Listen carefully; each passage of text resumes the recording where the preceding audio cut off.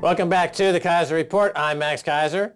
Time now to turn to John Mill Ackerman, author and professor. John, welcome back to the Kaiser Report. Wonderful to be here, Max. All right, John, you are our man in Mexico.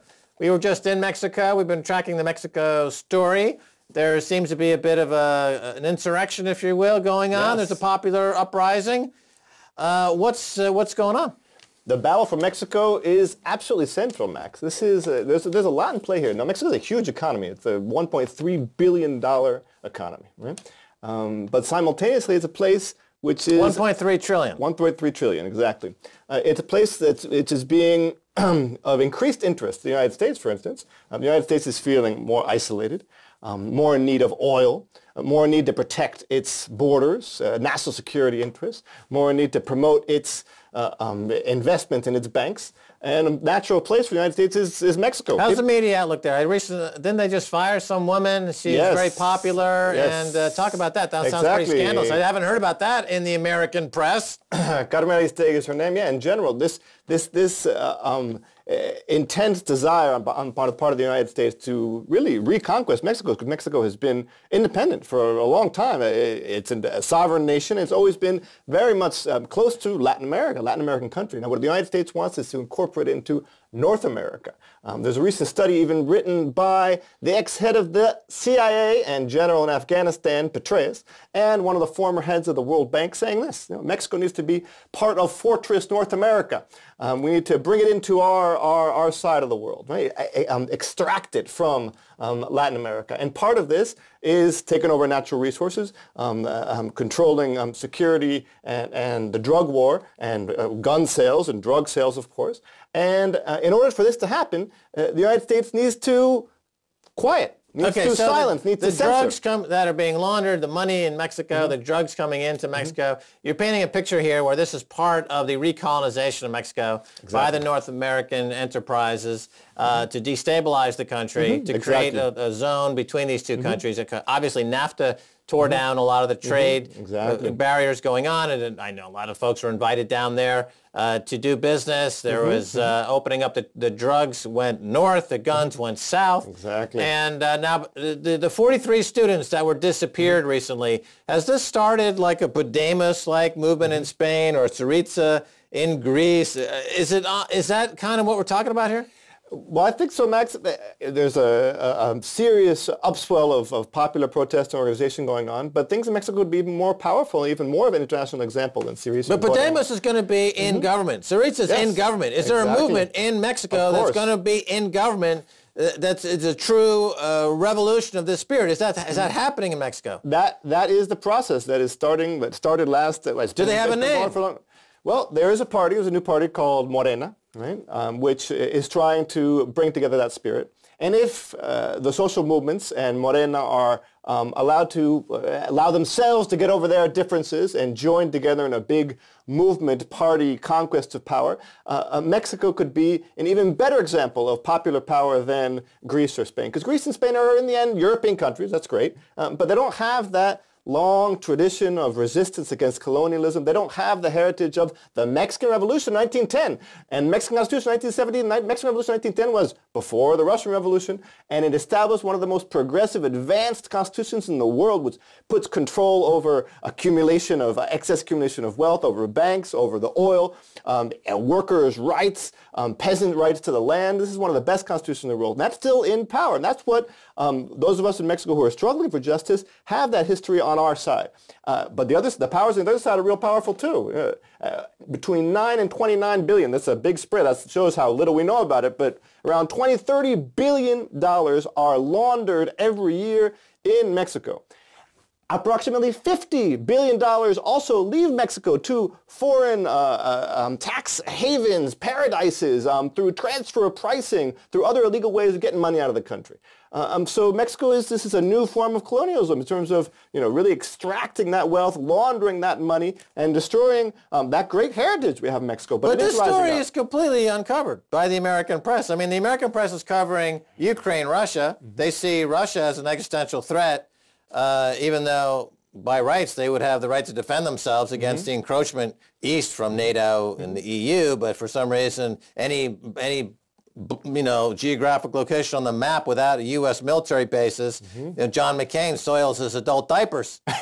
He's like, I don't see any military bases in Russia. I better poop myself. Let's invade Ukraine and push east. So what Mexico? Mexico's the same way. Mexico has always been very independent and very sovereign. We have no U.S. military bases in Mexico. It's not Colombia. How did that happen? How did you? Because of the Mexican Revolution, independence. But the United States wants that to end now. So United States foreign policy is generally hypocritical. We know all that. But in Mexico, it's particularly hypocritical. It's probably the place in which it's most hypocritical than anywhere in the world. What about the oligarchs in Mexico? I mean, we touched upon media diversity. Apparently, there's some midterm elections going on. And there was this journalist, right? She was basically fired. She was Carmen Aristegui was just kicked out. She was the most popular news anchor, morning news. Where's Fox News? I didn't hear a story on Fox News. Where was the BBC? Right. Where was Newsnight? Where was the impartial BBC? You mean the BBC's not impartial? You mean they're in the pockets of the oligarchs? I would have never have guessed that. In Mexico, the media, the national media, is absolutely controlled by two large corporations, Televisa and TV Azteca, on the television side. Azteca, our friend, the sorry to tell you that, Max. What? Our buddies? Yeah, Televisa and TV Azteca It's a duopoly? It's a duopoly. There's less freedom of press on the television in Mexico than there is in Venezuela. I'll put it that way. Right? I have hope for Ricardo, the CEO, though, because he recently adopted Bitcoin through Bit Reserve. So the whole era of payday lending that they have benefited from, gouging folks with those egregious loans. I think he's seen the light. He is a religious man. He's it's like very Catholic. Catholicism is so big down there. I think he may have seen God and seen Bitcoin and Satoshi Nakamoto. I mean, we can't count Ricardo out. Well, in Mexico, if you look at the media, Ricardo Salinas Pliego is definitely one of the bad guys. He's controlling the message. We'll pray for him. He's controlling the message. In Mexico, we have a very dynamic civil society. Lots of social networks, for instance, is out of control. People are looking for information, get information. They're watching UMax on the television. We're huge in Mexico. Of course you are. Because of that. Because we're translators in Spanish. There's no freedom of expression in Mexico. We need international media to pay attention, to support us, because the battle for Mexico is the battle for humanity. It really is. It's like, I've compared it to, in some writings, to the Spanish Civil War. Before Hitler invaded Poland, before fascism had its attack on Europe and the world, there was the battle for Spain. The Spanish Republicans were struggling for democracy against the fascists. Then Franco arrives with the help of the Nazis. But where were the Brits? Where were the French? Where was the United States to support those Republicans? I mean, the people did go, but the governments, let's just stand back and watch. The same thing is happening today in Mexico. The United States, England, France, the governments, and the banks, this international financial and political elite is standing back and just watching while Mexico is being eaten up by drug cartels, by financial interests, by guns, and by violence and blood. The good thing is that on the Mexican side, the people, they're no dupes. They're no dupes. They're out in the street. They are aware of this, and they are struggling. They're organizing in political parties. They're struggling and organizing in civil society. And I think that over the next few years, if we have international support and attention by independent media like UMax and others, Mexico will triumph, and we will be another example, just like Syriza, just like Podemos, and perhaps even more, and right at the backyard of Washington. That would be a powerful sign to the world that justice is possible, organization is possible now. Well, I'm just struck by the hypocrisy here, this amazing juxtaposition of what's happening right down south of the border in Mexico. There's a human rights struggle against tyranny that is being ignored by the American media, who's totally fascinated and they have a fetish, over what's happening in Russia. And the politicians. So, for instance, when these 43 students disappeared, there was lots of demands from Mexico and in the United States, lots of Mexicans in the United States, about 50 million approximately, 35 million, sorry. There was lots of pressure with the United States and Mexico towards the United States political establishment for, even not even Obama, no one thinks he's going to do anything, but the legislature, senators and members of the House of Representatives to express their solidarity with the Mexican people. Not a single member of the House of Representatives or the Senate express their direct and open solidarity with the people on the ground struggling for human rights. They all express their blind support for the militarized, authoritarian Enrique Pena Nieto government, who is basically a puppet of Washington, the United States. Okay, well, and so this is the problem. In Europe, it's different. Europe, we got a little bit more consciousness, a little bit more openness to what's going on in Mexico. So there's not so much economic interest involved there. And let's look in North America. You've got three big countries there. You've got Canada, America, Mexico. You know, South America, North America.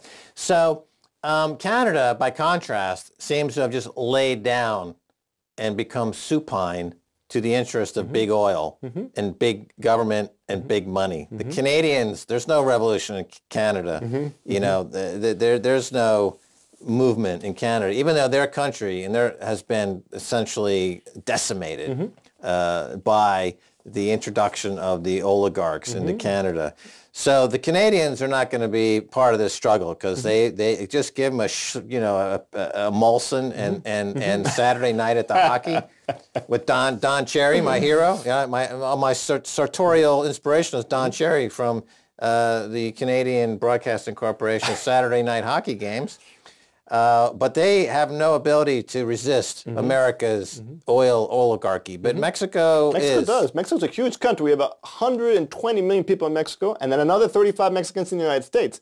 That's 150 million people, all of whom have a long history of dignity, of social movements, of defense of the public sphere and basic human rights. Yeah, what about the Mexicans in America? Is this the fifth column in America? I mean, are they going to... The United States... what are they going to do? Are they The United States is the third largest Latin American country. After Brazil and Mexico, the United States, there are more Latin Americans in Mexico than there are in Colombia, which would be the fourth Latin American country. So, yeah, that's a real potential. Latin Americans... But I mean, once you enter the Disneyfication of your brain and you become American and you're only concerned about this, movies opening in 6 months' time. You have no political will whatsoever. That is the battle today in Mexico on both sides of the border of the Rio Grande in terms of for consciousness. Well, the culture in Mexico now, we just went down to Mexico. And the culture is remarkable because the ancient cultures, Mayan cultures, things of this nature, are still omnipresent in the present day. Of course. They're in your face like a call to conscious awareness. Yes. Raising your consciousness is impossible to avoid in Mexico. Exactly. Because it's everywhere. It's in the air. It's in the electric. It's in the history. It's in the politics. This party I was talking about, Morena, is called Morena, which is dark-skinned, right? Yeah, okay. This is talking about possibilities for resistance. So anyway, we have hope in Mexico, real powerful forces working against us, but together we can get out of it. All right, John, thanks for coming on the Kaiser Report. Thank you. All righty, well, that's going to do it for this edition of the Kaiser Report with me, Max Kaiser, and Stacey Herbert. I want to thank our guest, John Mill Ackerman. If you want to tweet us, do so at Kaiser Report. Until next time, Max Kaiser saying